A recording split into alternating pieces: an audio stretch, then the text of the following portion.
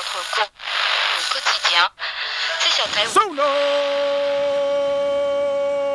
SonarFeed! Woo! Sounds like a jolly little picnic group. Welcome to SonarFeed!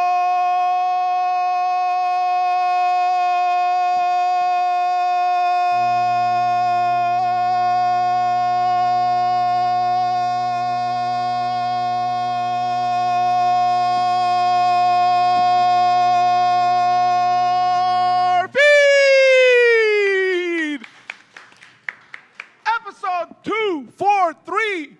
Happy birthday to you. Happy birthday to you. Happy birthday, dear Dave. Happy birthday to you. Hey. Salute. Hey. Woo. My bad. I'm reaching out. This is how old people throw themselves a birthday party. They just beg everybody to show up for the event that they were going to go to anyway. Happy birthdays, man. Hi, Dave. And then broadcast it on social media for the world to see. Yeah. Lick it. We'll have a GIF in like 4 seconds. I want people to like cool. me. Thanks for everybody coming down to the Berliner Pub, 3rd and Main, downtown Renton. Ahead of the curve. Woo!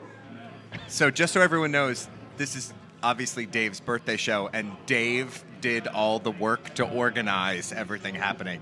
Whether that was haranguing those of you in the audience, and there's a great crew here at the bar tonight, to telling the bar what we needed, to chasing down people like one of our guests for the evening, and so forth.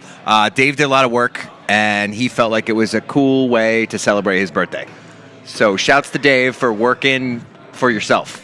Yeah, big shout out, cool. man. Like one of the things I wanted to reach out to, and we're going to give a bunch of people, whether shout outs or have them on mic. We've got former hosts of the show. Lee Rail is in the audience. We have former guests of the show, and I'm going to miss somebody because several of you have been on when I haven't been here. But we have Kevin, who's been on the show. We have Rachel, who's been on the show. Yeah. We have Mickey, who's been on the show. We have Max, who's been on the show. We have Megan, who's been on the show. That was Megan and Rachel dueled each other in the Disney episode. So I've got some former guests here. We're going to meet a new guest tonight. He's my partner for the S2 broadcast, which you can catch on ESPN Plus. It only costs you $5 a month. Subscribe now. I subscribed. It's totally worth it. They added the championship playoffs. If you love soccer, they're going to have a bunch of other stuff. If you love soccer, rugby, a bunch of collegiate sports, golf. Rugby, I think. Yeah, pro rugby, cricket.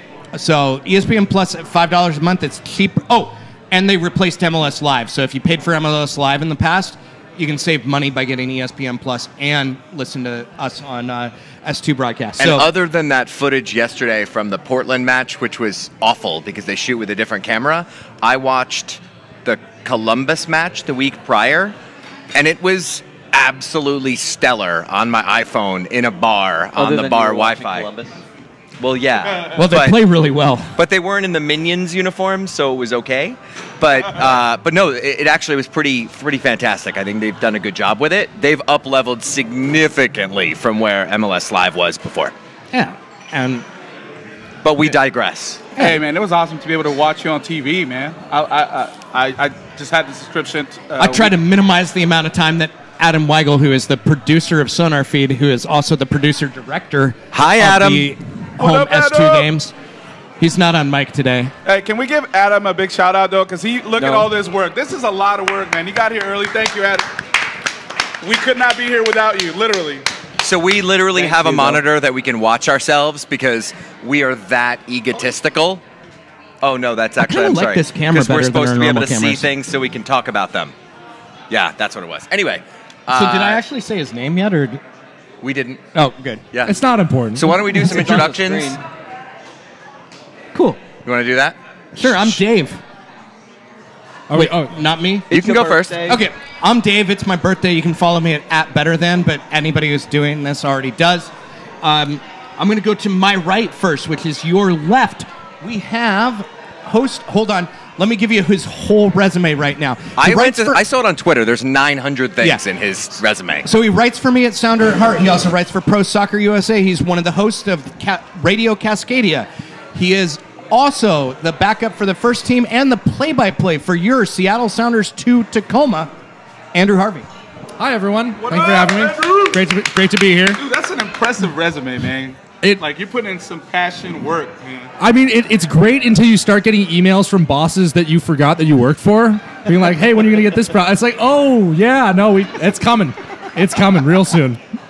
But, And apparently we need to be louder here in the bar so that the people in the bar can hear us. Oh, I can do that, no problem. Yeah, we So- can.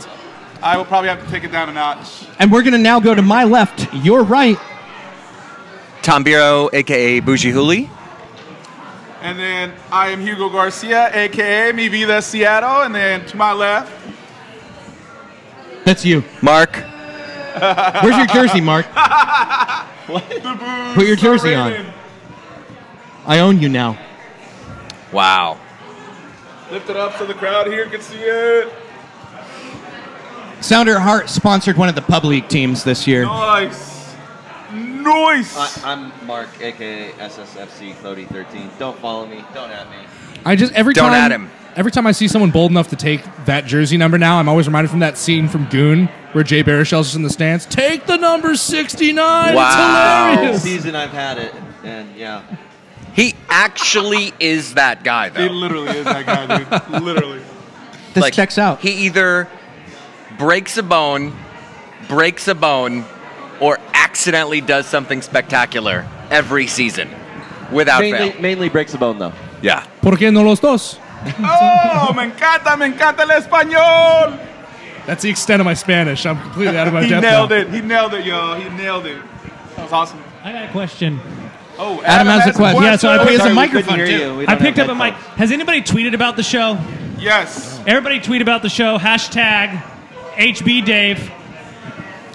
Ooh, we could Do do it. that. That's the name of the show because they Harry named it, Potter not me. Dave? And Harry since we Potter like Dave. reading tweets, Oh, HB. if you want to Harry send Potter messages to Dave, especially if they're obscene, we'll probably read them on the air. I know I will. Oh, Wow. Rachel asks in the audience, can we make it something about hire Dave Clark 43 years Remember later? when that was trending for a little bit and then they still didn't hire me? I mean, What Dave didn't know. We heard when that he there's a invited job all these- available at the Sounders right now. Yeah, we'll get into that later. I didn't know Dave could play forward. oh, That's actually a far better response than I would have had, so well done. Dave's position was sluggish right back. Every week, you're not special. God damn it, I fucked it up. Rachel, are you going to be able to drive home? Because he won't. Counterpoint. I know we're gonna probably title the episode like "Happy Birthday Dave." What about "Get Forked"? What's that? Get forked. Yes. Subheader. Are we almost back? We're back without an image. We're back with sound only. Thank you very much. We're Letterbox. after these messages. If this show is letterboxed, we maybe have gotten too bougie. We are going to take a shot for every time the feed goes down the rest of the show. No, we're not. I have to Please, commute home to no. Ballard. That seems like an extremely poor idea. I volunteer as tribute. Yeah. Well done, Adam. If Dave's taking my Dave- shots, we can do that. Oh, great. You know what we haven't done yet at S2? We haven't accidentally unplugged the cords. We came close. I don't know if you saw this the other day, but right before kickoff, we actually had the mixer fall into that little channel between the desk and the window, and like I had to reach out and catch it really quickly.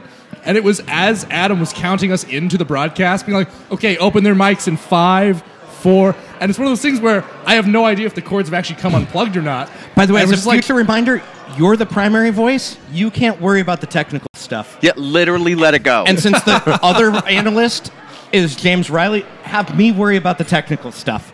Who? James Riley? James Riley. James Riley. Wait, I just gotta point out that it's like we've been on for, let's call it 12 minutes and pretend that that's accurate.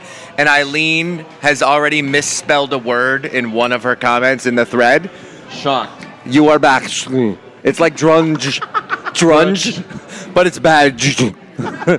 It's Rushless. BACJ. That's a new one. Well, the J is next to the K. It is. I do miss Drunk Oak translation. Yeah. That was a good Twitter account. Oh my God! That was By the way, if a great anyone one. knows who runs or ran the Drunk Oak Translator Twitter account, Please do it again. Bring Yes. it back. Bring Email it back. tom@nutmegnews.com. fuck you, Dave. Do you know how much shit I get on that on like a daily basis? I'm still saddened We that know they haven't Mondays it's registered live. that email You'll get- address. you'll get shit I check for that it. email address once a month, by the way, to see if they've actually followed through with that, because they should. They Yeah. are aware enough of the Seattle soccer community to have What up, set that up. So anyway, we have a show tonight. What do we want to talk about? Anything but Portland? Do we want to just? How about the World Cup? We had multiple games. Or that. We do not want to talk about that. So there are multiple things that have happened since our last I show. will say, you know, the World Cup. that big So soccer there was tournament starts so next our month. predictions last week. I don't know what You you're talking predicted 6. 6. I predicted 3. How many did you predict? 900 points this week for Sounders? Negative. Negative 800. points, yeah. So we had an interesting week in Sounders land. Like 0 people were in the lineup on Wednesday. I remember that morning making a joke about not expecting that Give Big had something to do with the lineup strategy and the types of players that we would just be donating to not putting them on the field. But as it turned out, it didn't matter, and the Sounders were victorious, which was fantastic. That was a heck of a game, actually, man. Yeah, I really interesting. Liked the game. I did ultimately rewatch it. Not at all what I would have expected. I mean, 2 teams like having a hard time. You never know what you're going to get ever. And kind of like when you look at, Seattle, Vancouver, Seattle, Portland, irrelevant of what the table says. Is Seattle, Toronto now that too? Like, you just don't know what you're going to get because the teams play a little differently versus one another because of the amount of time the coaches have spent developing tactics against those teams or whatever, or is it just luck of the draw and this is what we ended up with on I Wednesday think, night? like, we tend to play better as an underdog overall. That's my feel of it, is that we tend to play better as an underdog, and when people count us out, especially Schmetzer, relying on a team performance, not a superstar-driven Oba Dempsey, combo. Just people. He knows how to get people to like play up, especially young guys. I think Gonzalo Pineda. I feel like he had a lot to. He played a big part in getting the young guys ready for it. And my sense is that we just play better in an underdog role, and I just wasn't surprised. I mean, kind of surprised like everybody else. Like, hey, Toronto's supposed to, do us pretty good, but I wasn't that surprised. That's why I was like, we're going to get at least, I was hoping we'd get 6, but I felt good about Wednesday. So I've felt this way for a couple of S2 games doing the prep and whatnot, but Andrew was on the radio call for that Toronto match. The Columbus game. Not Toronto, Columbus. The Columbus game Yeah. a week ago. You've watched these lineups shift from the best available to, I guess that's all we're going with because maybe the best available isn't actually available right now. How's that change your preparation for the call as you're going through those motions? It's it's really interesting to try to gauge how you go through with injuries and things like that. When you're doing a match with the first team, you do get a bit of an inside look. You sit down with Brian about 24 hours in advance, and you pretty much have a, barring catastrophe, this is what the starting 11 is going to be. So in terms of actually prepping for the broadcast side, it's not too difficult from that aspect. But, the biggest thing is just, ultimately what? On a given match day, you're going to be looking at a total maximum of 36 players. So, you can go in-depth on 45 guys and be pretty confident somehow you're going to cut across those 36. Right. In terms of getting ready to call a match and try to think of like, okay, what's this team chemistry going to look like? Especially with Seattle early this season, I've just kind of been like, we'll see what we get. It's a box, a box of chocolates. It's sort of one of the. I know most people would not look at it this way, most sane people, which I'm not, but there's sort of like that uninhibited joy of what are they going to roll out with today? And as a broadcaster, it's exciting because, like, hey, we might see something we've never seen before. Yeah. But as a fan, I could also understand how you would go, we might see something we've never seen before. And, you know. I think that's the latter feedback, but probably the team is getting. Yeah, it was kind of a weird mix. Like, Columbus, we saw something we didn't expect to see before. No. I'll say that. You never prep for a guy getting sent off in a game, especially not in the 15th minute. Not that early, and you don't expect for the home team to essentially not get do shots anything off right after that. You don't expect to beat Toronto in Toronto, Especially after that Columbus match, right? yeah, and with the lineup that Although now I guess we figured out, as it's pointed out by Hunch Punch and others, like, I guess if Jeff Baker just puts out the lineup at like 7 a.m., we're guaranteed to win. We are undefeated when Jeff Baker undefeated puts out the lineup when the ahead of lineup time. comes out in the morning of the game. Wow. I mean, we should look into that. This He's is only off by one thing. What right? you're looking Was for it right now, him? this is called selection bias, right? It's when you have a really small data pool. One. Small sample We are size looking theater. at this, and we are super okay with it because otherwise it's really sad. You just described Sounderland. One is enough.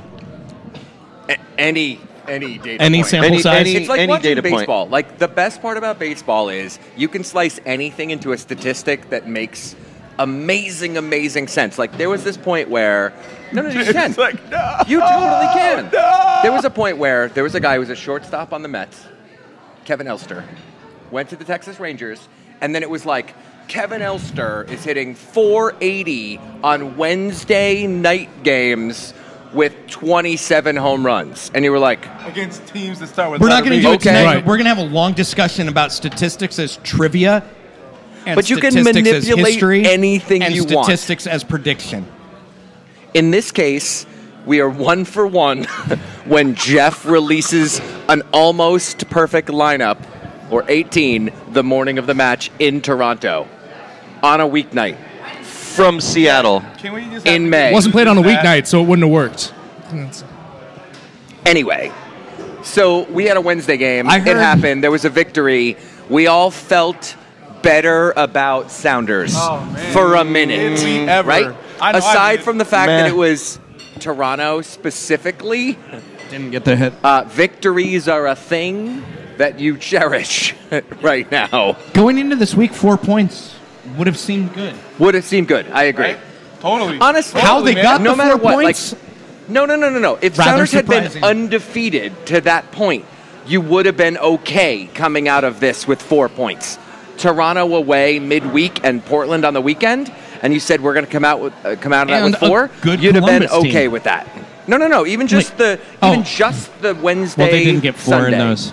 But I'm saying We got if you 3. had come out of that with 4, you would have been okay with it. Instead, we ended up with 4 out of 3 matches, and we don't really feel so amazing. I mean, 4 out of those 3 were like But when- preseason. If you're building the schedule preseason, 4 out of 3 is pretty good for those games. Out of those 3 matches? Yeah. Okay. Maybe this season, because we went into it with trash. Any season. You're facing 2 preseason. You're facing 2 top 5 teams in the East, and then you're on the road at Portland. 4 points is okay. I felt a lot better after that Now- Wednesday victory. I'm not gonna lie. March happened, so 4 points is depressing, but So we're on pace for 7 points. No. 19. How many games before the break? Oh wait, me too. There me is too. no World Cup I break. lost my last margarita, man. I don't know if Break. you guys find the margarita somewhere. It is mine. do a margarita. It's empty. Oh, no. Adam's like, I am super sloppy right now. Adam's like, I have no idea That what this was not a Goes lemonade. out. Look, he can either was Sarah's. he for you. can either there we run the go. podcast or he can find Hugo's This margarita, but he is can't do race. both. Thank you, Adam. All right, so we had Wednesday. We all felt okay about the world. We had a few more days before Portland. You felt okay about the world? I did on I'm sorry, Wednesday. let me rephrase. Soccer world. I felt okay about the Sounders in a 24-hour period. There we go. I did not feel comfortable about geopolitics, the economy, my paycheck, Immigration. traffic on I-5 over the weekend. Okay, so just Sounders I felt good about. So going into the weekend, so Andrew, we've talked to Dave a lot about A lot of SQ things. stuff and his juggle, kind of like you have. You write, you speak, you do this. You're doing a number of different things. Talk to us about how you get into your weekend. What's your prep like? What do you do getting into a game? Yeah, so for a given S2 match, I probably spend about I mean, I take the top off. I'd say 8 to 10 hours over the course of the entire week in total prep work. Now, that statistics padded a little bit. My work with Sounder at Heart and Pro Soccer USA means that I'm at Starfire almost every day of the week. Right. So I pretty much just kind of go to training every day for S2 because they actually start right at 10:30. The first team, they start at 10:30, but really, like, if you get there at about 11:15, you'll get a good sense of what they're going to do that day. So I talk to Wade and Hutch every day and just chat with them, watch the last couple matches for whoever it is they're going to play midweek or that weekend. And then I have this database that I have on basically every player in the USL that I've built myself through a You combination. created your own database. A little bit, yeah. Is it a spreadsheet? It's a spreadsheet. Wow. Yeah. Is it in Google? It's not on Google Drive. It's Excel. Excel? It's on Excel, Oh, that's yeah. sexy. Okay. I'm my old school Microsoft Office kind of guy. Reppin' Redmond. Do you have a rough estimate of how many players you have in there? Right now, well, so there are 3 separate ones because I keep one for the MLS, one Thanks for for the correcting USL, yourself. and one for the NPSL/PDL because I also call games for the Mighty Kitsap Pumas up on the peninsula. Oh, snap. Anybody? We've heard of Anybody? them. Okay, well, Dude, that's crazy. You have 3 yeah, but databases. Do you also do Eastside FC? I do not do Eastside FC. Okay. These guys did OSA once. Yeah, we did.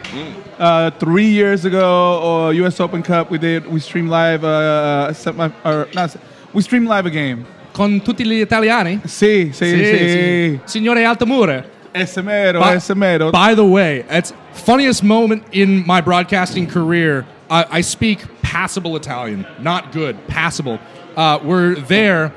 Pumas are playing a game against OSAFC, and it's pregame, and it's actually kind of a cool idea. Basically, all of these kids are Italians who are here to play college soccer through like this cultural exchange program back in their home country. And we had the coach on last summer, yeah, and it was great. It was really fantastic. You had hearing- Altamura on? No. You might have had. You might You have had the owner. Yeah, you might have had the owner. Owner, on. not coach. Because Owner. I don't think so. I said Roy Lassiter Let's was. move on. well, sorry.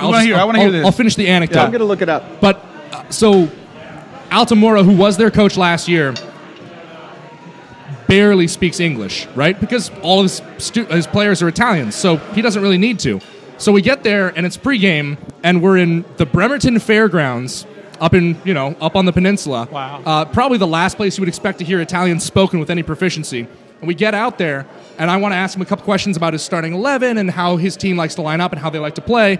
And it becomes very apparent very quickly that he does not speak English. So I immediately switch into the Italian, and the look of surprise on this gentleman's face that in Bremerton, Washington, someone just goes, okay, no inglese, okay, in Italiano. And we just like go off on it, and there's like a 6-minute conversation, and like he just had the biggest smile that, awesome, here he is, thousands of miles from Italy. That's awesome. I love that team will always hold a special place in my heart, even though the Pumas always compete with them directly, Right. because they remind me of the time that I spent in Italy. I've been trying to get back ever since. Is that where you... That's why you and my developed a brother passion get for along. soccer Yeah. in Italy? Yeah, it was Paul. No, I grew up around soccer here in the Pacific Northwest. I was Nice born and raised in Ballard, exclamation. and I just grew up in a soccer-loving family. So, local yokel. It's true. I met his family. That's awesome, man. Oh yeah, Good you've been- parenting, been up the other obviously. night. Well, I mean, in terms of the soccer, They all that matters. they were great parents. That's all The that reason that I matters. turned out is entirely on my own brain chemistry. That's So basically your prep is all week you're prepping for all the things you're doing, which is great because you get to build it all together. And then it culminates with your S2 calls. Is that your kind of big lift every week? Is oh what you're yeah. doing for No, S2? it's one of those things where my mood dramatically increases every February because I realize that it's When you right say increases, is that a good thing or Oh, a yeah. bad thing? No, no, Okay. it's, Mood it's- increase. It's good. Mood increase. Yeah, I mean Mood lift. I should have not- said. you get moodier. Right. Yeah. No, it's when I realize that the chance to broadcast more soccer is right around the corner. Got it. Just everything clears up, and even when it's how the weather normally is out here every February, it's just every day is bright and sunny for me. LFG. That's Oh, what yeah? I'm talking about. So let's talk a little bit about Saturday. I figured you'd come to that. Okay. Arboleda. I mean, there was a match. Arboleda. We could talk about Arboleda. That's Arboleda. I like trees. I like Arboleda. Árboles. no. It's Yeah. so I actually don't like trees at If this particular time Those of that year. didn't watch the match, We the heard. T2 beat S2 87th minute? 86th? no 92nd 92nd. second minute of stoppage time. Yeah. That's right. neat. 1-0. So like Kansas That's right. City, They made them retake the kick and then blew the whistle after the Kansas retake. City level trash. For the Yeah. first home loss of S2's history against T2. And the second half, it was very clear who would create that goal because T2 sent everything through Victor Arboleda. Yeah, and I think, that's not surprising for that match. So Timbers 2 on the day, I want to say, had 6 total players who were on MLS contracts on the pitch, and S2 had 6 teenagers on the pitch, which I think, neither one is necessarily a good or a bad thing in terms of what I like to see out of MLS affiliated USL teams. I like what S2 and Garth is doing with the academy more, but they're both very valid strategies. It feels to me that, right, S2 is saying, hey, let's get these young guys on the field playing competitive professional minutes because, right, after they get 50, 75 games, we're going to have a real chance to see what we think they can be as a player. And then T2, I think Gio Savarese is looking at Timbers 2 as more of a chance to go, listen, I've got these guys. I can't get them MLS minutes this weekend, but we have them on MLS contracts for a reason. We think there's still a chance for them to develop, right? So I think it's still about getting guys to places where they can one day really help their MLS team. They're just going about it different ways, and as a result, T2 seems to be a little bit older on average. So approach feels genuinely different. It really does, Yeah. yeah. And last year, Timbers 2 was a little bit different, but I think with the head coaching change and the way that T2 did last year, which I think they finished with 4 wins out of a 32-match season, I think they decided to switch things up a little bit this year as they put Mark Briggs in charge. 4 wins out of 32. They better switch something up. Right. So there's a lot to unpack for Saturday night's match, but anything come out of that? I mean, it's derby match, new location, different situation than we've seen. But anything jump out at you? S2 specifically, Or anyone.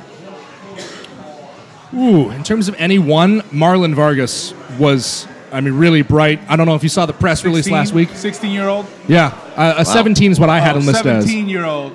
But he's I want to say he's the third teenager from who was That's born in the year. 26 years younger than me.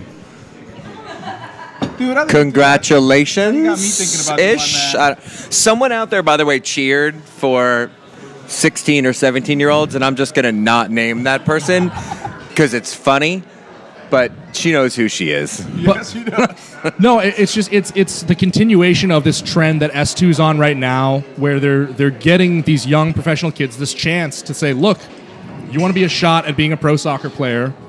Here it is. So let's make this happen. He didn't look out of place. Honestly, he looked like one of the brightest guys on the pitch for S2.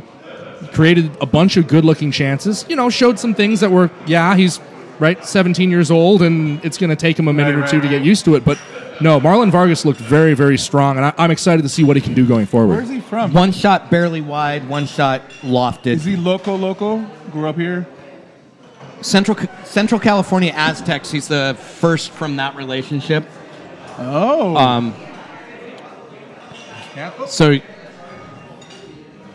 sorry, Off the host. Mark Sorry. left. Yeah, all of a sudden I'm like, I was scared. Mark's like, I need more kale. Oh, No, I definitely don't. I was just trying to get rid of some glassware. yeah. So, Central California Aztecs. He's first to that relationship. He's part of that homestay thing that the Sounders Academy has launched, which is also true for Azriel Gonzalez. Asriel was here, right? They brought him up, and then after I think about He's a year from in the academy. Merced. After a year in the academy, Vargas had about a year in the academy. So they're, previous guest Toby Genojo is from the Florida area, Plantation, Florida. So they've used that guest program to get some talent in, and now they're signing them to S2. Shannon Hopiau, it's part of the catchment area, but let's be honest, it's Hawaii. So the dude had to move here. Nice. It's not like he's staying at home and coming out here for... Why are you creeping on what I'm looking up right now on the internet? So they've got a few guys that have essentially moved here to go to high school and play soccer. And get paid to play soccer. Sounds like it could be worse? Question mark? Yeah. It could be... Can Tom and I do that in Hawaii? What? Yeah, you can do that in Hawaii. Play soccer? Yeah, let's do it. I'm going pee. Calm down, Dave. Thanks, Lee. Lee's really comes going out to the bathroom. That's at Lee Rail. That's the same. So, Anyway, get us back on the rail. which? Wow. Whoa. I'm out. Well, you No, got to go You're up there. Bring him You back. got to get us on the rail. I mean, we could either talk about the rest of Saturday night, or we could just move into Sunday. Let's skip the off-field Saturday night drama. Let's do that. So, moving on, Sunday. I genuinely will say I really like the two teams versus the one teams one weekend. I don't know if I like it Saturday, Sunday as much as I might like it Friday, Sunday, or something like that. But I do think it's interesting, and it gives something for the people who maybe aren't going to travel one way or the other or whatever, and just want to support the way they want to support. I think that's cool. I don't know if I do it every time, but I think it's an interesting dynamic. Yeah, I thought it was yeah, it's I just thought it was cool. I think it works. Yeah. So was it 108 kick Sunday, Portland coming in feeling maybe a little more confident after Wednesday night victory in Toronto, even with the whole country travel. Lineup we knew would be missing a couple of people, ended up Not that missing some more people as of that morning. Mickey Turner, who's hiding out there somewhere, who took a great creep shot of Ozzy walking off, and he's like, I think this is a quad injury, but don't tell anyone. On the DL. 3 days later, quad injury for sure. So he's another one that's out there at practice where you are. And I think that's a cool thing we have, which is just access and what we get to see and feel. But and also I'll say this. Mickey and I have never met, but I follow his stuff all the time because he is the go-to person to keep your eye on. You can meet him tonight. If you want to understand, I'm going to after this. Hi, Mickey. I'm Andrew. But he's the go-to person to follow anything legal in the world of Major League Soccer. if you have a contract law issue, I totally will get you a referral. Fair enough. So we all wake up on Sunday. Some people woke up earlier than others because they had to be on a bus at some god-awful time. Who here took the bus? Michael. So we got 1, 2, 3, We got four? 4. Oh, Plus, what time was any of you guys? Didn't go. Went to Hellbent. Mark was in... Yeah. Mark was in California. 6 a.m. Wow. So good crowd here that was on the bus in the morning. 1 o'clock start, 11 a.m. entrance to the stadium is a little rough. as travel goes. But people were out. I do think people went in, lineup aside, feeling like it's Timber Sounders. You never know what you're going to get. And frankly, the neat thing I think about Sounders, fans, supporters, whatever you want to say, versus a lot of other sports is you could be beat down, and most weeks you're like, man, this week sucked, so-and-so got hurt, whatever, and you're like, fuck Portland, we're going to win 3-1. Like, there's still enough of that. And whether it's just bravado or it's just you came off a decent midweek match, you still kind of feel like there's that deuce, I'm going to single-handedly win a match or draw a match for you. Like, something could happen any time, which is amazing. And I don't think anybody went in defeatist. 500 people went down to Portland, had a good time. It was a beautiful day. Max Aquino almost died on the field from sun. But if you've seen that hat that Max has, I believe it protected his noggin somewhat. Your safari hat that you usually... Your safari hat didn't have it? Got it. That was probably a better life choice. Anyway, it wasn't a towel from his It was super toasty around midday, and we didn't at all get the result we wanted. We had some awkward moments, which I think Adam's got one or two of them that we can pull up, but That's your cue, Adam. Not the game we would have liked to have. Excuse me, the producer's trying to eat. Oh, sorry, my bad. That was not a technical moment. So there was this play. Maybe you saw it. Probably a red card. By the letter of the law, you have a very feels strong like a case to send Dilem off. retroactive red coming, right? I would not be surprised if both teams have a player missing in their next game. I get the feeling that, and MLS Disco is MLS Disco. Definitely not a party. But I. Womp womp. Oh, should I go? Is that No. Do that again in 5 minutes. Just so you know, the quality of the standards of the comedy here. You've actually raised the bar for SonarFeed. But I'll just say this, right? In this situation, right, they have that tackle from Dilem, but they also have one from Blanco that, at the very least, they gave yellow for it. Though, if you look at it, especially given that he comes in directly behind, strong case for a red card. And then there was another one on Dilem later. I forgot who it was made that other challenge that was awful. But someone else came in late enough that you're like, I could also see that. So was it Alfaro? There's a conversation there that we're not going to have tonight. Now that would be a second in my history ever since those two Newcastle guys got into the punch-up.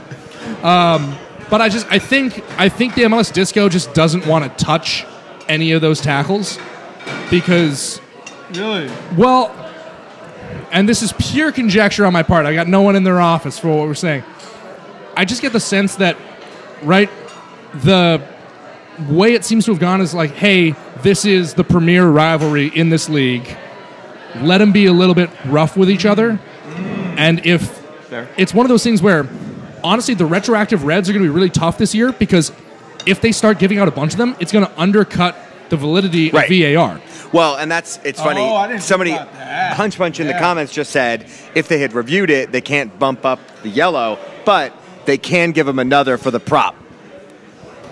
And is that the technicality that I could see them riding that wave because they got the shit called out of them for it? Like, it wasn't just Seattle going, isn't that a card? It's one of those things where, when Neymar was at Santos, right, before he made the move, he was sent off on a second yellow. He'd already been given one for, I think, simulation earlier, scores a goal, puts on a giant, fat head mask of himself, right, and the ref, by the law of the game, goes, that's unsporting behavior, here's your yellow card, and since it's the second, have a nice afternoon.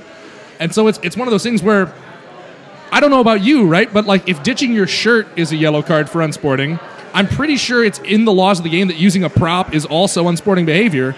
So but what if it's from a horror movie that gets a better IMDb rating? No, what about if it's for a low-budget wannabe Chucky. He's horrible. The only Chucky in soccer is Irving Lozano from the Mexican national team. And that guy is an imposter wannabe. Can you turn off Ugo's mic? So no, that guy needs to never wear that mask.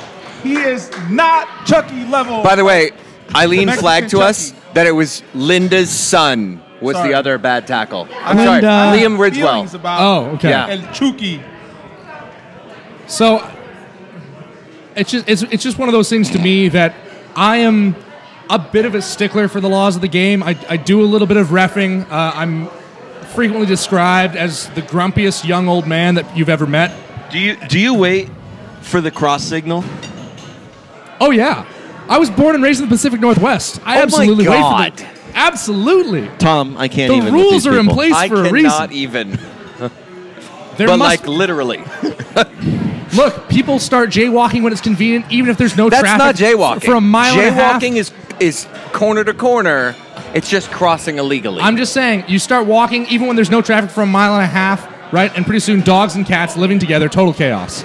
Total chaos. Wow, you're going Ghostbusters right now with us? Absolutely. I actually had the 594 driver one morning. I ran across traffic. There was none. I crossed 2nd Ave, got on, and he goes, I don't have to let you on the bus because you crossed at a green light. And I said, cool, and tapped my Orca card and then just walked past. And he has not been happy with me for 2 months. This raises the question: why did the Tom cross the street? To get to the get the fucking bus. 7-minute early bus. Shit was late for 3 months, and then all of a sudden it's on time. My favorite thing is like KC Metro Twitter, like 87 minutes after the bus doesn't show, this bus will not be running today. Someone died. Like, the bus from Enumclaw to Seattle will not be running today. It's the 548. Like, and I'm like, that's- you I'm so tweeted that glad at that I can't 6:50. take Metro, That's yo. not Like, helpful. those people standing there for an hour, they're happy. I Like, cannot they could take have Metro. walked a significant distance in that hour. Yeah, but it's Enumclaw. Approximately mi- 3 3 miles. miles. Yeah. They might have made it to Maple Valley. Anyway, So I have a random thought, and before I forget it, because I'm me, we totally should do a show with Andrew and Casey. Catherwood? Yeah. Okay. Oh my God, the loaves, the breads, everybody gets a loaf of bread thing. That was hilarious. Because I think That was amazing. that would be. what was better, though? Nate Bowling rolling up with logs and putting them in his chair. And security's like, sir, why do you have these? And he's like, To build Because- a on bonfire. fire. And the guy's like, and then because he is Nate Bowling, he just walks into the stadium with actual logs. And everyone's like, pretty normal. And my friends elsewhere are like, dude, what the... How did you get firewood into a stadium? Forgot to tell you that. He took it Pregame. out of the plastic. It's You amazing. neglected to mention that Nate Bowling had brought logs. How many logs are we talking? And are they like... I saw 2 at 3. So One a third for of a happened to bundle. the first one? Third of a bundle. Nice. Were they like Duraflame, or was it just No, like... no, it was like actual logs. It was like if Okay, you went to that's- the corner store and bought like 3 logs Safeway. to start a fire. That's what he had. What corner might have store been do you Fred go to Meyer. that just has logs? The Fred Meyer right around the corner, dude. Not even around the corner. Across the street. Yeah. They sell rosé. Mark and I know because we bought rosé there. At the Fred Meyer outside of Cheney. Yep. And by there, I mean all of it. That's where we can get our postmat. I mean, wait. Just keep moving. Do it. Anyway, so the match did not end as we would have liked. Neither of them. I know. Yes. Yes. Is this a real question? Yeah. So Well, you asked the question, So losing to Portland multiple times in a week Sucks. is really not good. Tom, it's okay. They're nothing special. We lose every week. Especially when they try to And fake Nice. Chucky. Also, That's a great Rachel- point. Doesn't count. Ooh, free. It's a free. that's just like free we're in the space. It's preseason like still bingo. anyways. That's a great point Anyway. by Rachel. Great point by Rachel. Great We point by still don't want to lose games that don't count for Cascadia Cup at the end of the day. Portland. I do, however, want to talk about the TIFO. Oh! I loved it. As someone who's thought Adam, about do you have photos of the tifo? the maritime tradition, signal flags. Well, whoever Signal was flags. in charge, well done. Now, while I can understand there's some debate about the thin border around the S and that it could be a W depending on which book you look at. Okay, or the fact that I had 3 glasses of wine. Mark's like, it's an S! Were you the translator, Mark? No. Mark, you had one job, Mark. Anyway. Had 5 glasses of wine. I have to tell you, 3. so like, 3. it's, it's after the fact. You can only sneak so much in. So Saturday happens, and there's like forks everywhere. And I'm like, Sunday's display is so much better now. And typically, I will get a phone call, a text, an email, a something. You didn't get anything, did stuff you? like that. 0 things have happened. 0. Because the television was like, I don't have a translator for that. Nothing. However, I do have an 8:30 a.m. coffee with Taylor Graham tomorrow morning, pre-planned. I should probably check my phone. Bring a fork. Anyway, so... Bring a fork. Disco wants a word. Right. Bring a Anyway, plastic fork, though. I don't expect there to be any problem. We went in with 50-50 expectations that we would get in trouble. It was fucking awesome. ESPN literally put it on the air. While saying the words, there was no tifo. ESPN also had an itchy and scratchy 2-pole removed last year in Portland. Yep. God bless. They didn't notice. Weird. Needless to say, I'm extremely proud of 2 things. 1, that tifo. 2, the moment that Adam Weigel was like, they just changed the mix. Because all of a sudden, you didn't hear ECS over everyone in the entire stadium. Pretty interesting. So it's not even a moral victory, but it's a fuck you Portland It is victory. a fucking Portland victory. That was amazing, Tifo. That was amazing, Tifo. That was amazing, Tifo. For the people in the back, Also, that was amazing, Tifo. You failed to mention. That's right. It is. You failed to mention hashtag You'll Never Yacht Alone. That's exactly why. It was amazing, Tifo. It takes Tifo to another level. Like, you have to... No, like, I'm just saying, like, that Tifo was so clever. I'm going to send the weirdest text I've ever sent in my entire life right now. To Taylor? Oh, shit. Live texting to somebody here. Is it a me? Tom, keep why are you talking. so bad at swipe? Well, Literally no. just keep talking. He Well- doesn't swipe. I Alright. do. That word So- isn't in swipe. Seriously, Tifo though. isn't in swipe. Train your swipe. Can we just take What a are we moment? supposed to be talking about while Mark Anyway, said, we were talking about Tom's- Sunday. No victory. Long bus trip home. Too much traffic on I-5. Rachel Sparks is now laughing. Fuck Portland. Let's ask Andrew SonarFeed questions. We're going to jump ahead to the SonarFeed questions? Yeah. We're going to do this right now, and then we'll keep going through. Okay, cool. 8:20. We got plenty of time. 8:20 is a good time for SonarFeed questions. That's what I'm saying. Hot seat. All right, who's The going first? entirety of Dave, his- it's your birthday. Your turn. Just don't ask me anything that might get me fired from one of my jobs, and we're good. Which One of your one? bosses is here, technically. That's One true. of them you're clear on. I feel very good about job security for approximately 15% of my employment right now. And Casey's answered all of these Wait, questions. 15% of the financial employment or the time No spent comment. employment? Exactly. Casey Catherwood has answered all of these questions twice, even. I think he's been on the show. He didn't answer the one about the Crusades. Yeah. There's a Crusades question. No. All right. What one do we want to start with?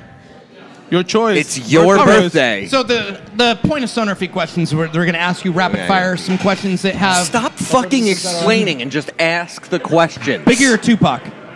Oh, Tupac. West Coast all the way. That's what I'm talking about. Favorite taco? Ooh, just standard carnitas. What? Where? Carnitas? Oh, I got a place nearby my apartment, El Baracho. which they actually have a location down in Tacoma as well. Which one? El Borracho. It's the one in Market Ballard one? on Leary. Yeah. Does anybody in the Oh, I know what it means. Yeah. anybody in the section here know what El Borracho means? I mean, here's the Mark thing. too. I'm gonna go with Rachel. It means Borracho. Mark. What Look, the fuck, Hugo, dude? it's Hugo. It's partly for the carnitas taco and partly for the $7 double margarita. You know, you're winning either it way. means Mark, It does mean Mark though. and it's not El close. Borracho. Anyway, salud. Salud. Salud. Salud. Favorite Girl Scout cookies. And by the way, this is the doom and gloom question on this show.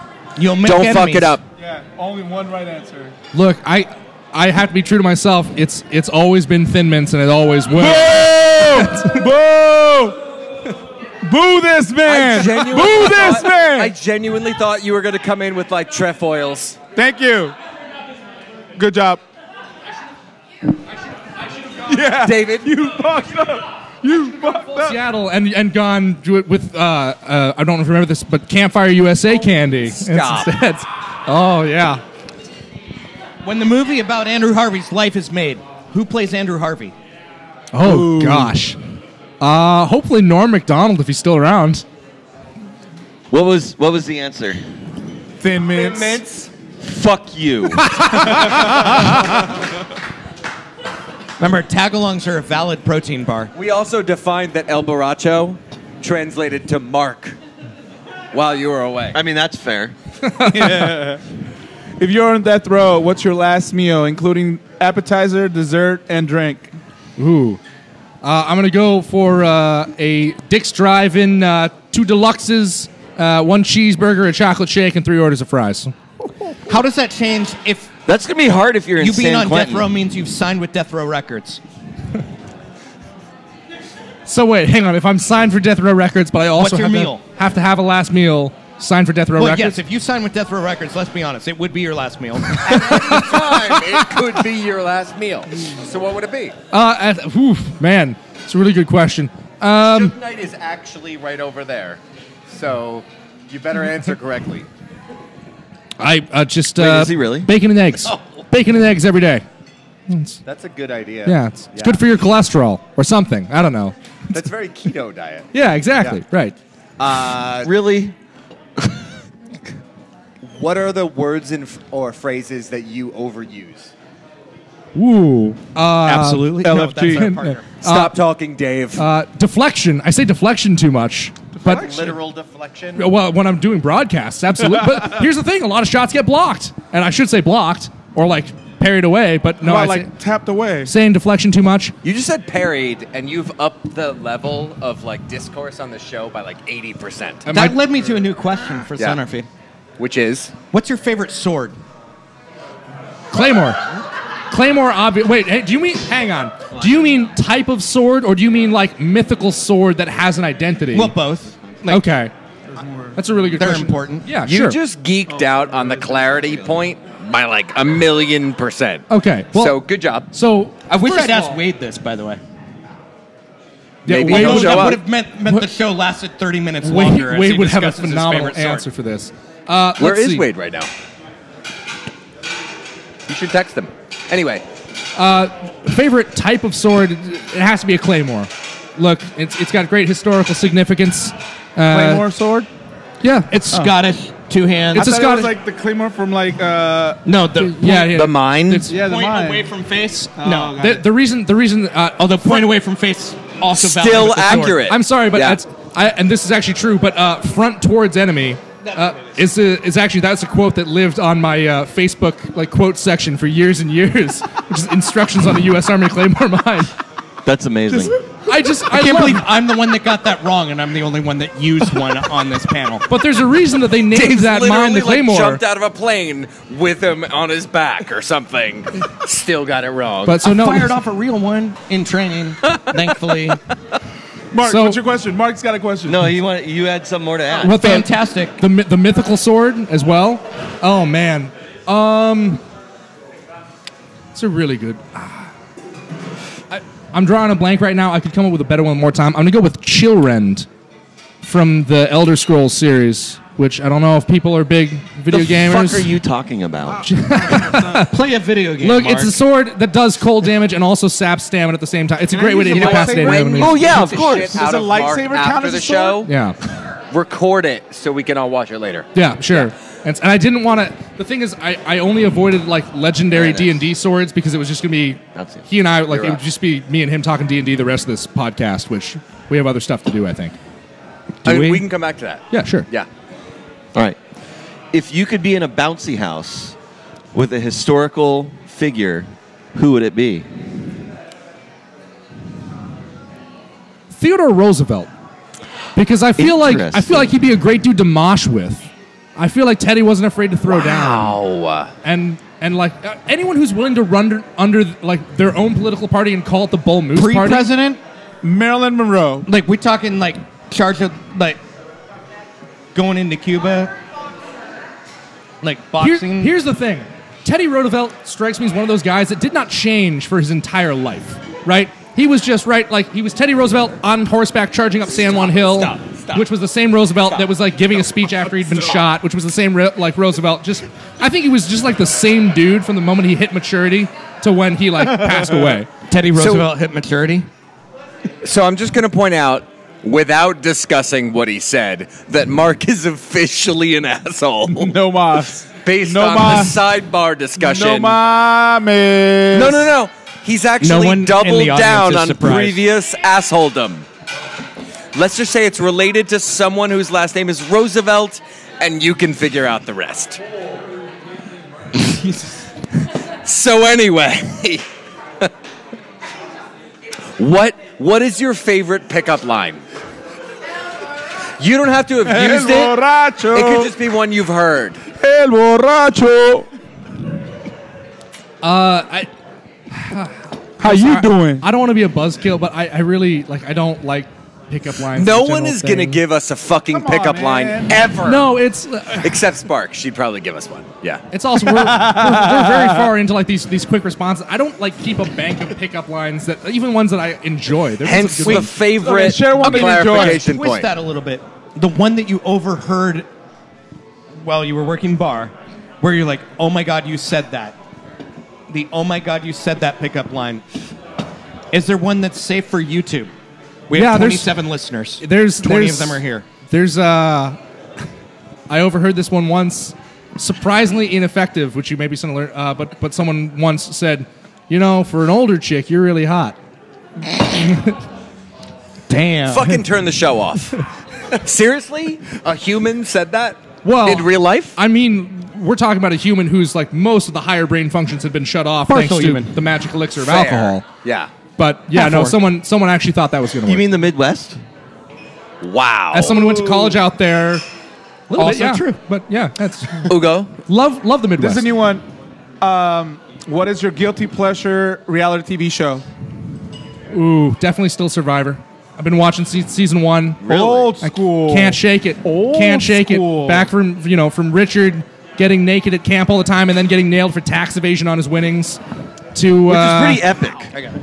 Oh yeah, absolutely. That is old To- school. Oh yeah, it's a classic. It helped invent modern reality TV, and it's really funny now to see it like limping to the barn year after the year. I mean, it's not real world helped invent reality TV, but yes, I think it's mainstream, like mainstay reality TV. Remember how it almost became a sport like for a little while? I bet on it. Like it captured like Bet on it? You really? I was working in radio at the time. I bet on everything. Oh. Speaking of betting, sports gambling, state decision going forward today. I bet it won't be legal in this state. I don't bet know, it man. won't. Like, I mean, not anytime soon, but Although we do love taxes that hit the poor here, right, so maybe right. it will. That's what I mean. Like, I think I could see it happen in like 5 years. That's just, Back to the SonarFeed questions yes, really quick. yes. Most recent book you read?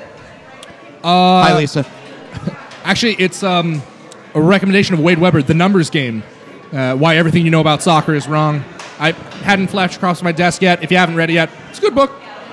It's sort of like Numbers Game. sort of a response to Soccernomics. Which, Adding it to my Amazon oh list yeah, right now. it's a good read. No, I really enjoyed it. Best purchase under $100 within the last year. Best purchase under 100. Yep. That would that would definitely be the $98 bar tab. So wait, hang on. With or without bar tip? tab? Well, bear with me here. It was me and my 3 closest friends from college. We all decided, hey, kind of like, you know what? Screw waiting for our 5-year reunion. So we all decided to get together. We went to New Orleans last December. It was a week after MLS Cup. So literally flew home from Toronto, was there like in Seattle for a couple days, then flew to New Orleans. And, you know, like your 3 closest friends from college in New Orleans for a week, we all alternated whose tab was what at the bars. And yeah, the $98 one, that was a good night. That was when we were all catching up. So, What do you believe in that others think is crazy? what do I what now? What do you believe in that others think is crazy? Please say share. Flat Earth. No, not flat Earth. Share. That other people think is crazy. Ooh. Ghosts. The enduring and indomitable will of the human spirit. Nobody thinks that's crazy. Have you looked at the news lately? Can we get some Everclear over here? Shots. How come the feed has not gone off one more time when we get shots? Right. What's the last gift you gave someone? Whoa! You just Oh, just because it's your fucking birthday, you think you get to jump ahead? Yes. Go ahead. Yes, you do. Go ahead. What is that question? Repeat a question. What was the last gift you gave someone? Technically speaking, I did give my mom tickets to the S2 game this weekend. So that Good counts. play. This checks out. It's actually true. Here's the thing. She loves soccer, but not quite to the same level as her broadcaster son. But this is, I think, the 3rd time that I've gotten her tickets to something as a gift. When we went to Italy together, I took her to go see Roma versus AC Milan at the Stadio Olimpico together. And there's still a post on Facebook where that was kind of her Christmas gift. The tickets weren't cheap, but I had to make a post on Facebook. It's like, yeah, she doesn't care about Italian football, but you know. It's Italian football. Merry Christmas, Mom. There's a photo of us in the stadium together. Nice. Question from Twitter. Larry asks, Larry, who you would know White from guy. Man, S2. makes lots of money. People think he's funny. Finish this sentence. Now, here's a guy. Ooh. Well, does he want me to do it as Chris Collinsworth or to do it as John Madden? Let's do both. Okay. Nah, I can't do my Collinsworth. It's very dry. But, I mean, for John Madden. Have you seen the show? Now, Brett Favre. Now, here's a guy, right? He throws a lot of interceptions. But, you know what? You gotta throw the interceptions to make the receptions. I've always said that, and I always will. Brett Favre, greatest quarterback of all time. Boom! Tough acting to acting. Mark's done. Are you happy, Twitter? That's great. Look what you made me do. What's the last concert you attended? I'm not really a music guy. What? Oh, hang on. This is always how this starts. Karaoke after this show. Oh, I know, and believe me, it's probably going down. I'm gonna have to rack my brain here. The last actual concert I attended, one of my good buddies is in a band that's so great I can't remember the name of it at the moment. You know this shit's like Soundgarden. Wow. But they were playing a gig, and he was like, "Hey man, we're gonna be doing this and that, and if you show up, it'd be cool." So I went. They're great. They're kind of like a new age funk, like funk for the 21st century. Okay. So yeah, they were. Like a little EDM Is it the funk. band? Royal Wolf. Boom, came to me. Royal Wolf. I think there's an E on the end of it. If you haven't been to see them, do it. I don't know if they're actually still playing music together, but it was a good time. Ow! Got the T-shirt and everything. It's actually a cool T-shirt. Should have worn that. So it's 8:36. It's your birthday. Oh, me. Here's What do you want- another question, though. What do you want to do right now? Oh, Ugo's got a question. Who are you rooting for in the World Cup? Who are you rooting for in the World Cup? Oh, that's a good question. Not Russia. Прости, я поговорю по-английски. No, Spasiba. Я тебя Спасибо. люблю. no, I'd say this. Right, the underdog lover in me really wants Iceland to make a deep run. Yeah, get over it. You just want to buy those fucking T-shirts. T-shirts? Rachel, what happens if it's Mexico? We'll talk about England it Okay, in the yeah. final? Someone show me. No, no mames! Thank Mexico! That's actually the best use of no mames that you've had in like 6 months. Yeah. Also, you didn't eat your potato salad. So, I mean, good, but no. I'd really like to see Iceland go far. If Sweden make a run. Well, come on, they're in my group. No. It's the Scandinavian. Hugo, it's Germany, just bear with Sweden, me. Mexico, and South Korea. All the Yeah, more, South all the Korea. more reason for Sweden to maybe make something happen. I'll say this though, for someone who likes MLS and would like to see MLS get greater prominence, honestly, Costa Rica. Yeah. I mean, if you look at their provisional roster that they released, that's a lot of MLS guys out there. Panama for the same reason. Yeah, Panama as well. They won't make a run though. Costa Rica might. Sure, it's one of those things where The U.S. If it comes to the World Cup and the USMNT's not in it, I go full underdog. So Mexico. hey,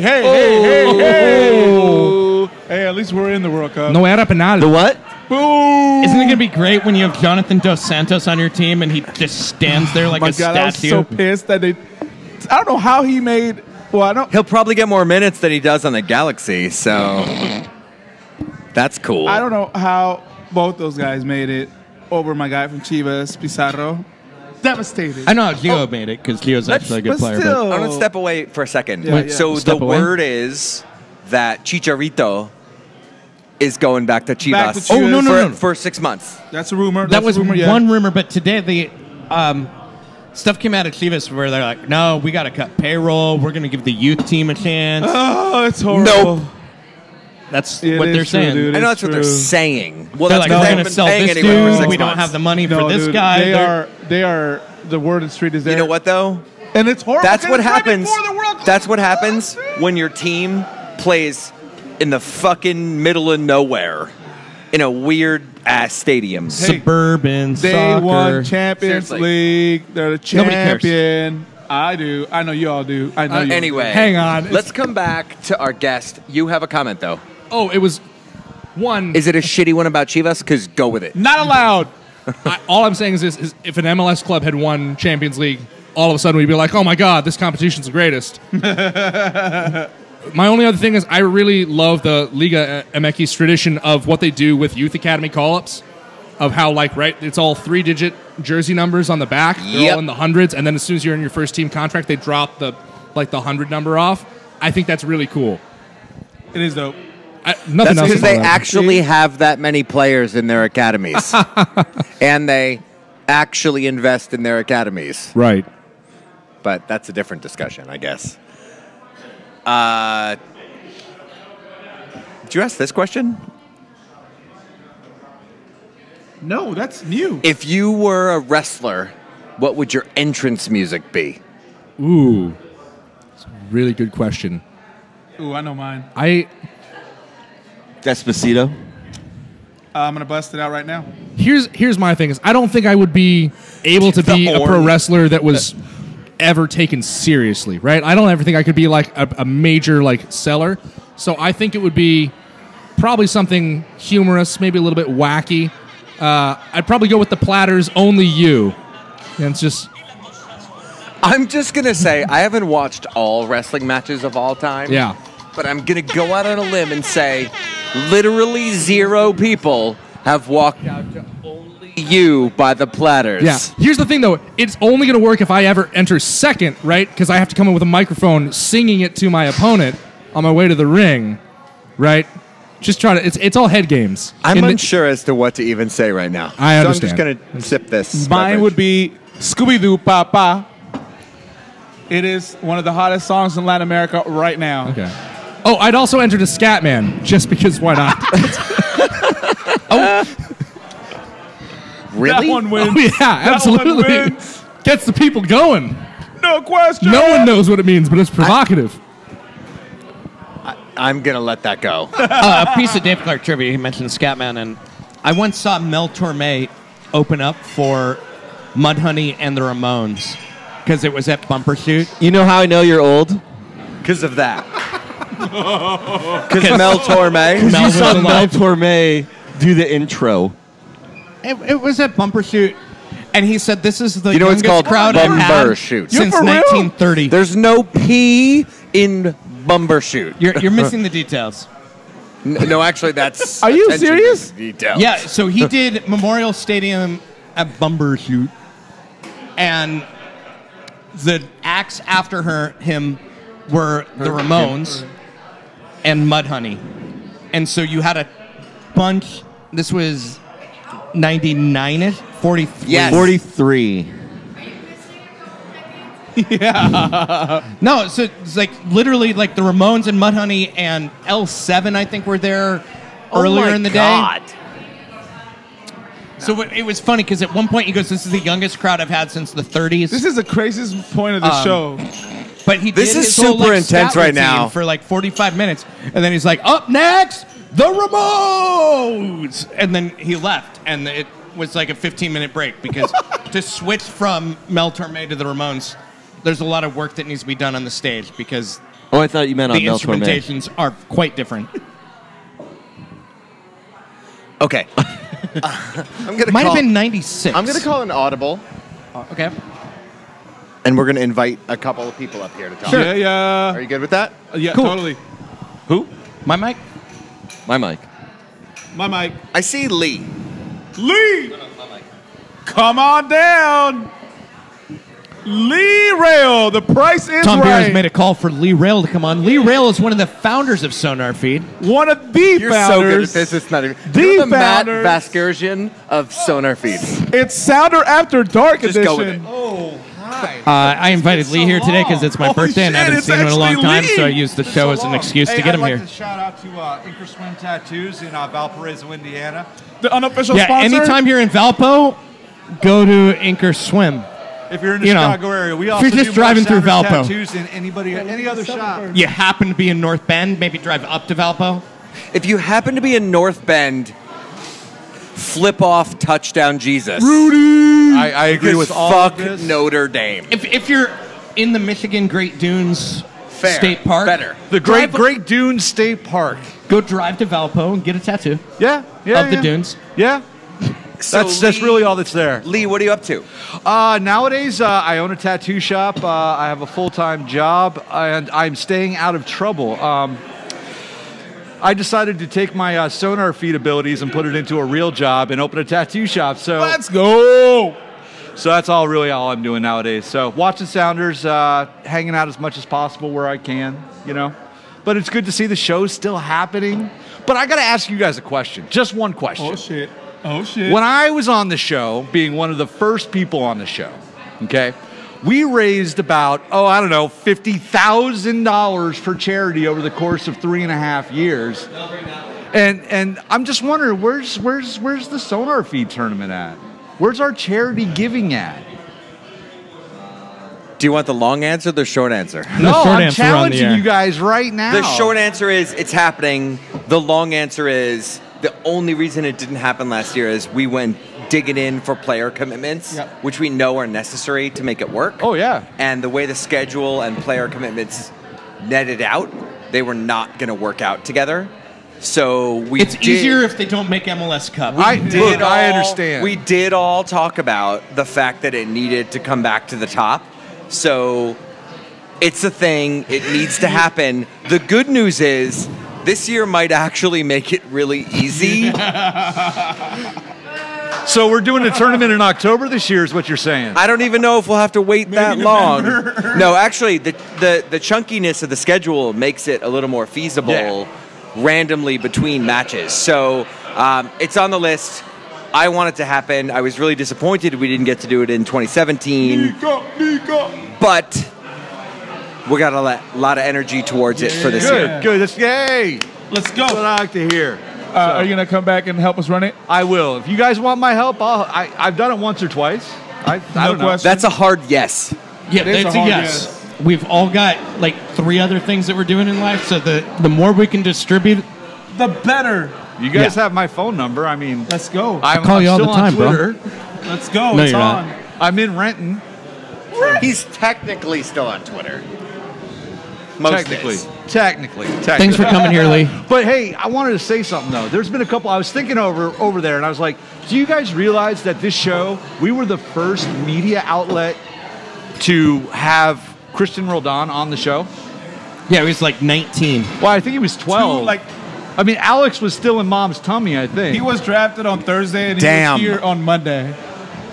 Do you guys remember Lamar Nagel saying goodbye to him twice on this show? We finally had him on the actual show, too, by the way. Yeah, he was on last year. I've seen it. It's amazing. But also, I mean, just all the cool things. Ted Westervelt has been on this show. We unmasked Ted. And Dave's a real conversation. Upset on his birthday. You were there I mean, for that. I was not there that day. You were not? No. And I'm glad I wasn't, since his acolytes have threatened physical violence to me, and he's tried to take money out of my hands by threatening to sue me. When? Ted? When? You want the list of times that he's done that? Oh, shit. Oh, Ted. Dave, as your unofficial legal counselor, I'm going to advise you that we should probably take that conversation offline. Well, I think there are a few still, people I despise in the American soccer sphere.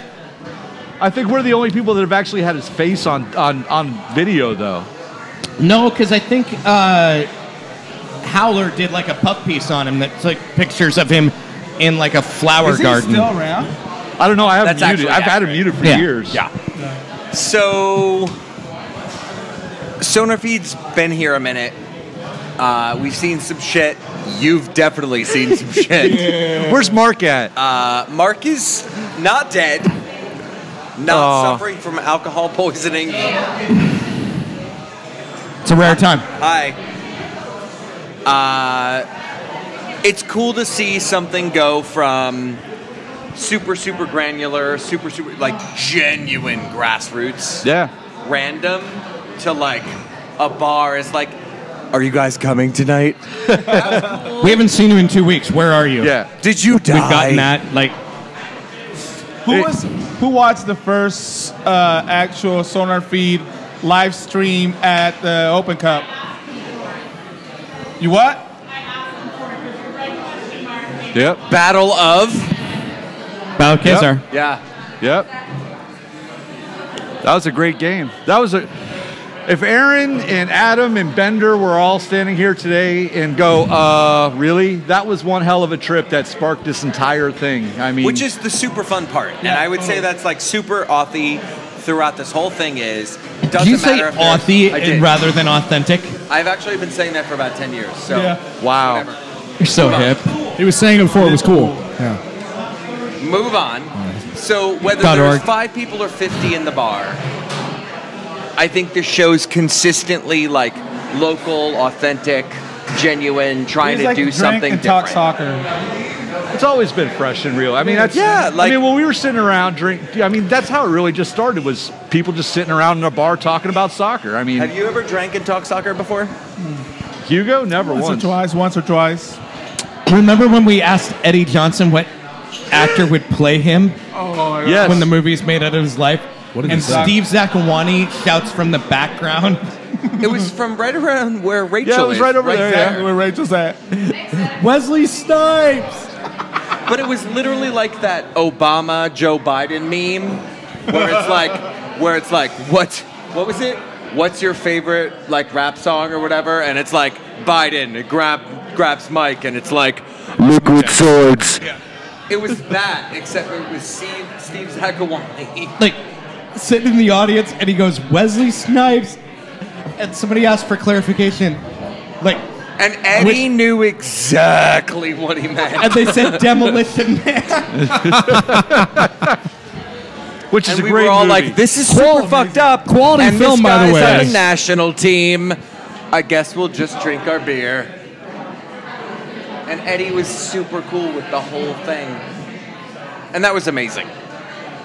Yeah, SonarFeed's been pretty awesome. We've had some pretty amazing talents come through here. Yeah, I mean, the show's had a lot of really good talent from the team over the years. I mean, you know, I know Gervin's not here, but I mean, he's always been part of the show and definitely helping out, talking about S2. I mean, I think the whole reason S2 was S2. I honestly want to say that because of SonarFeed's multiple layers of interest in S2 over the last few years, it's I think one of the things that helped garner the support system, you being the announcer, you know, for the first season, you know, the inaugural season, the team being here, all those youth kids coming up and being at the show, being at the tournament, hanging out. I mean, it's been awesome. I mean, one of these days, this show is going to take off. One of these days. And when it does, I'm going to be really excited. What's that like? I don't know. But when it does, when Dave finally signs some mysterious contract under the table, so there's an ESPN Plus show with SonarFeed every Monday night live from the Berliner, I'm going to be pretty excited. So we got a question from Lisa, and she wants to know what's your favorite moment or guest?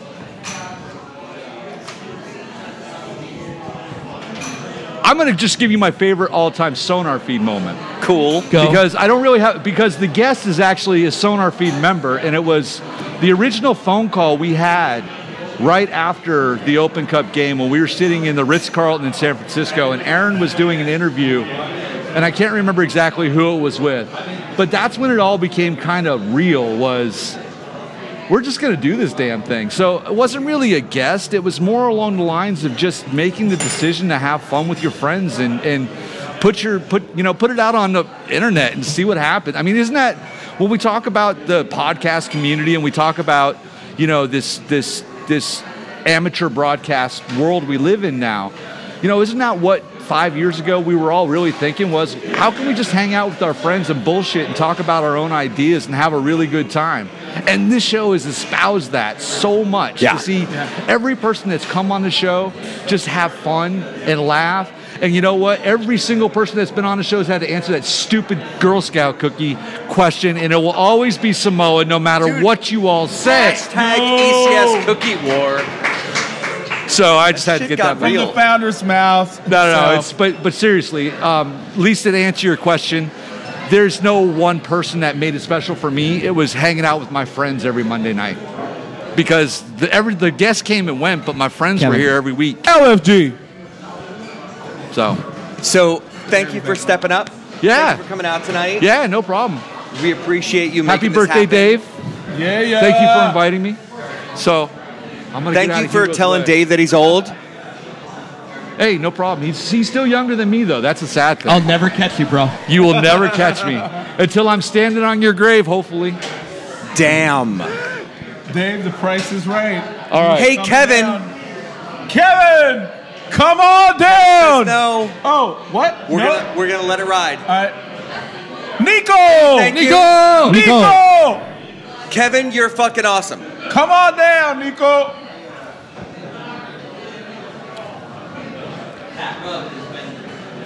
Up next, we have Nico Marino, who recently joined the Sounder at Heart staff this year. What's up, baby?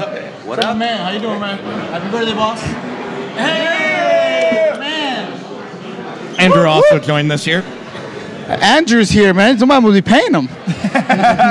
So Nico, it's a good thing we're opposite ends of the table. What's your Twitter handle? For everybody that doesn't know Nico, everybody does, but just in case. What's up, guys? What's going on? Caps lock, Nico Moreno. Yeah, El Rolo, right here. No, he's what's your Twitter handle? El Rolo NW. Yeah. El Rolo. You are right. So what I does failed. El Rolo stand for? El Rolo is basically what they call people from Bogota, where I'm from. Has just nobody knows what it means. It's just provocative. Gets people going. Second time tonight that joke's been made. Second So time. you were born and grew up in Bogota? That's right. That's Yeah. right, Okay. Bogota. And When did you no come? one, When did you come to the U.S.? When I was 13. Okay. 13 no years one old. puts 1 foot in English Sounders and 1 foot in Spanish Sounders as well as Nico. No offense, For real. Hugo. Yeah. That's actually Thank you, guys. no It's a huge disrespect. compliment. No. You're all in both ways. So I've had the pleasure of working with Nico for 2 years when we were doing La Afición. at La Afición Northwest, and I was like, I know I'm pretty good. I know all the players. I know what's going on with the supporter community. I know what's up. But after like a couple shows, just like hearing him break down and like an analysis of game, analysis of players, tendencies, I was like, yeah, that's a different level. That's just a whole different level. Yeah, So me and Hugo go back, man. We did like a whole Spanish show about NFL, soccer, Liga MX, MLS. We broke everything down. yeah. It was good times. And honestly, for the Sounders, I don't think there's anybody that does as much for Spanish coverage and rumor mill just Sounders news community as what you are doing, man. So when you joined Sounder at Heart and Dave team and the team over there, man, I was hyped up. You're also doing big things. Tell us a little bit about what you're doing as well as Sounder at Heart. Yeah, well, I mean, I was very fortunate and happy and thankful for Dave and Jeremiah to approach me because I've always read Sounder at Heart, and it was one of those things that I was like, yeah, absolutely. But aside from that, I still do my Spanish coverage. So I have a 3-day, 3 times a week, I'm part of a show called Deporte Total USA. They're nationwide. They're based out of Houston. And that's where I get a little bit of my full-on MLS, just review every game, what's about to happen, what's gonna, and it's been great. I also do coverage for ESPN Deportes, typically in the pregame shows. If they're gonna do some radio for Sounders, I'm the one that gets the call. So breaking down the formation, who are the key players for the Sounders, how can they, get out of the slump they're in right now. That's basically what I do on the side. So, blunt question: how do you feel like Sounders or the community in general is handling the need for, on the easy side, Spanish language coverage of Sounders, let alone community engagement? How do you feel like that's going right now? I think it's getting better. Honestly, I mean, we started doing it right with La Afición since 12-10. ESPN in Seattle was here in ESPN Deportes, and then we ended up moving to El Rey. But now I love to see that Sounders decided to get their own Spanish side, their own Spanish website from the source. I think it's great, and the community responded well. I feel like they're still waiting for another big Latin American player to come in so they can rally behind Chicharito, Chicharito. Do you think a player from Mexico changes that verse, you bring in another Lodero or somebody like that? Do you think a player from Mexico just completely changes the complexion of that discussion? Yeah, I do. Okay. I think a big star Mexican player like Raul Jimenez, Chicharito, Orbelín Pineda, whoever it is that comes here, would just tear it up. I mean, you'd add up another 5,000 fans. I mean, you guys saw what the Chivas Sounders game looked like. I mean, it was 10,000 people there. People traveled from Wenatchee here, from wherever. I mean, they were coming, and they were not going to miss that. So you see where that Mexican community comes along, and they'll support it, man. Yeah. So how did you get into Sounders?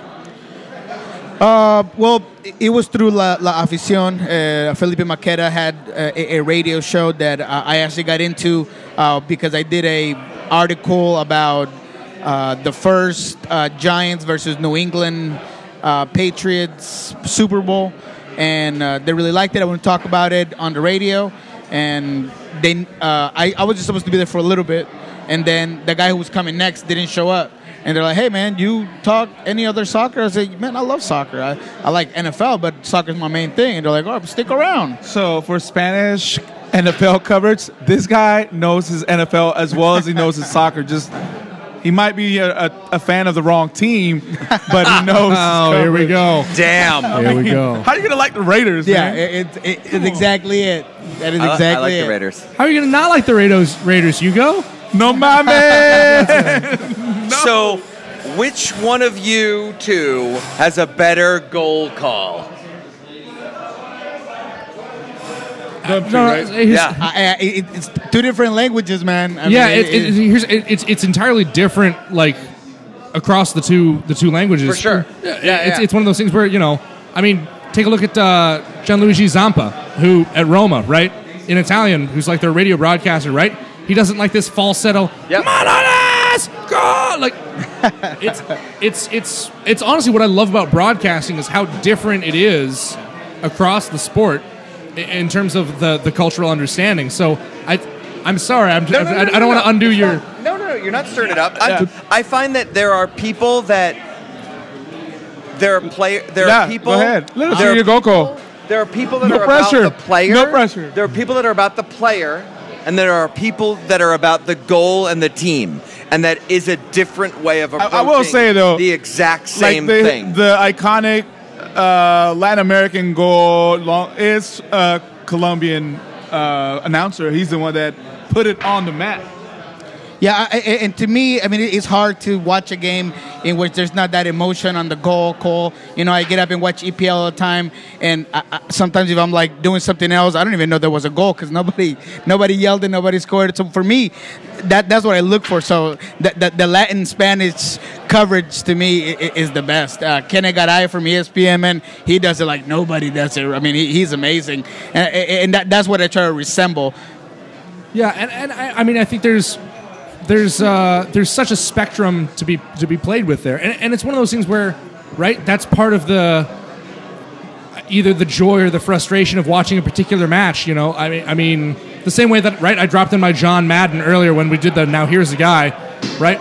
Like you look at Ray Hudson, who's not play-by-play, but he's an analyst, right? Does all the stuff for beIN, right? And it's always, you know, Lionel Messi, the diminutive Argentinian magisterial, like, you know, there's so much space, style, and like everyone can have their own spin on it. So for me, the goal call is always, I was taught, it's always about the moment, right? And that's why I at least hope that, you know, no two of my goals ever sound too close to one another. Now, you call enough goals, eventually one will. But I mean, right, back at this past weekend, right, the Eric Williamson game winner for T2, right? It's one of those things where, you know, crossing space, Williamson at the death. You know, it's right. You have to raise your voice because it's the 92nd minute, but you're still like, there's a level of like. How hard is it to announce goals for like what? How do you get through that?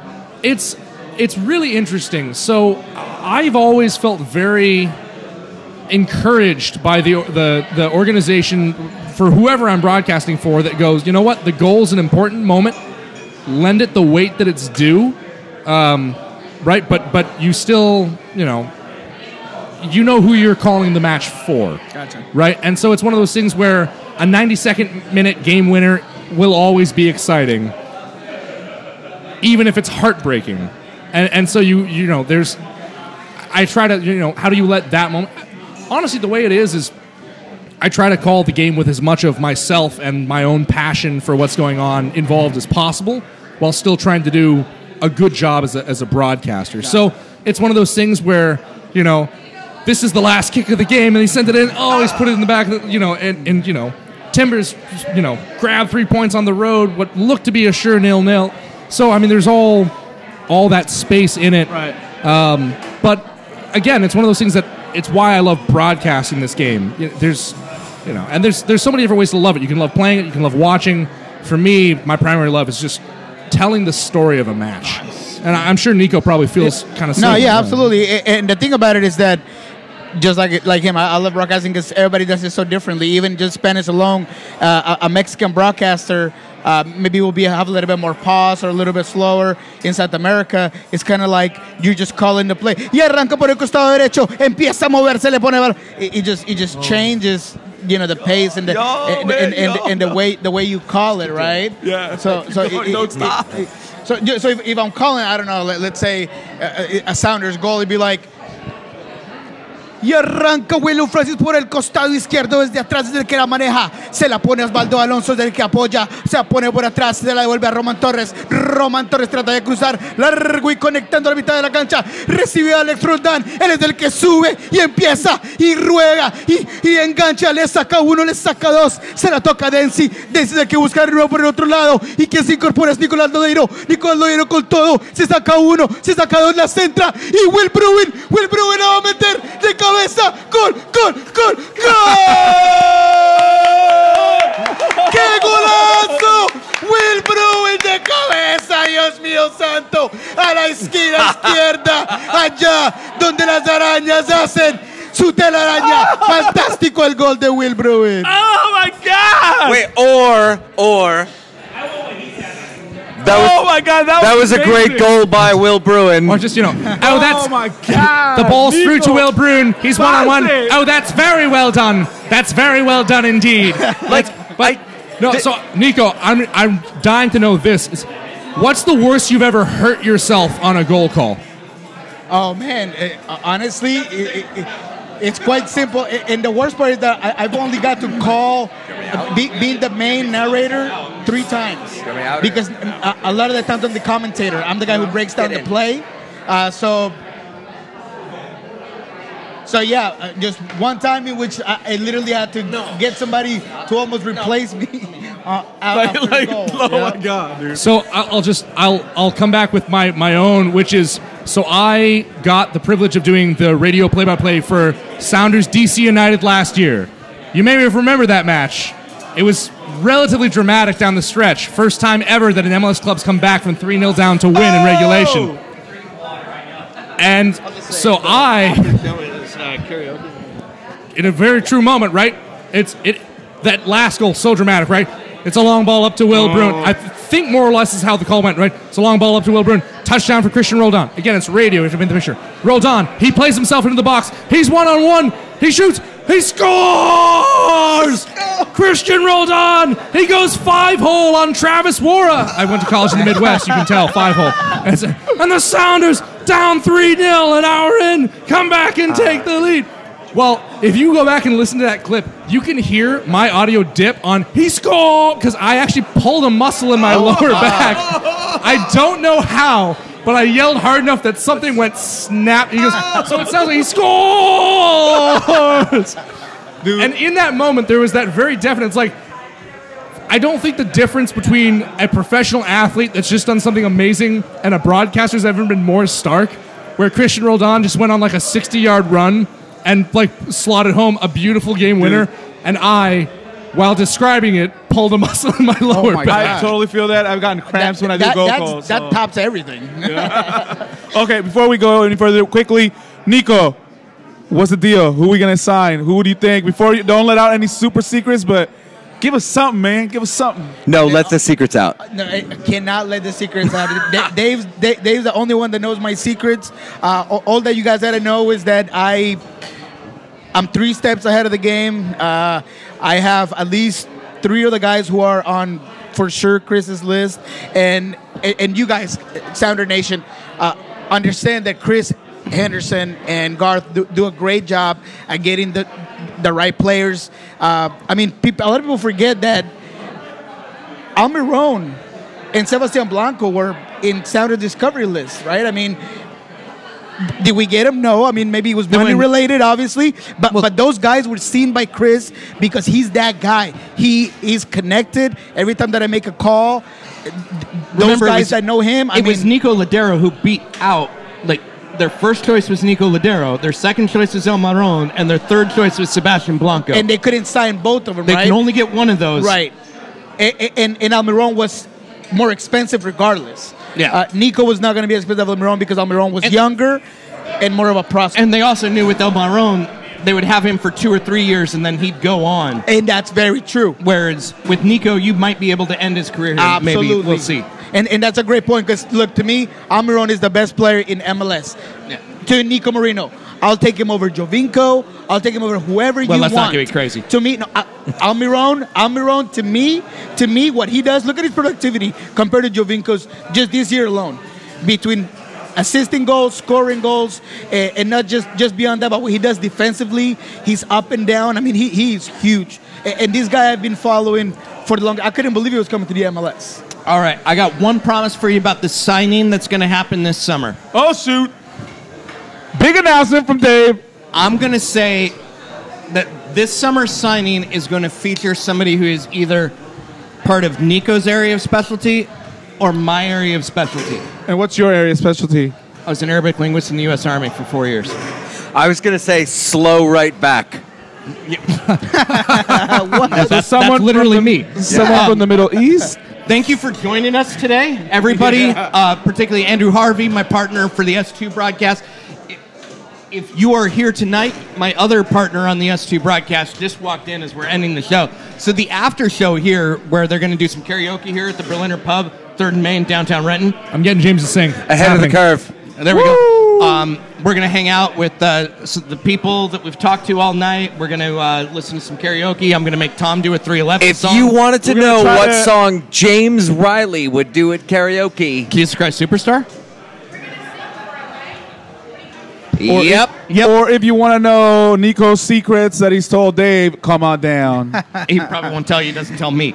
Absolutely. So no. thank you again for coming down to How many drinks? SonarFeed. Happy birthday, Dave. I appreciate birthday, Dave. every single one of you We that did were it here. we did it to open. We got to do it to close. Happy birthday to you. Happy birthday to you. Happy birthday, Cut the mic when this is done. Panchito. Happy birthday to you. ¿Cuántos años? Que se los ponga, que se los ponga, que se los ponga. Out? Sounds like a jolly little picnic group.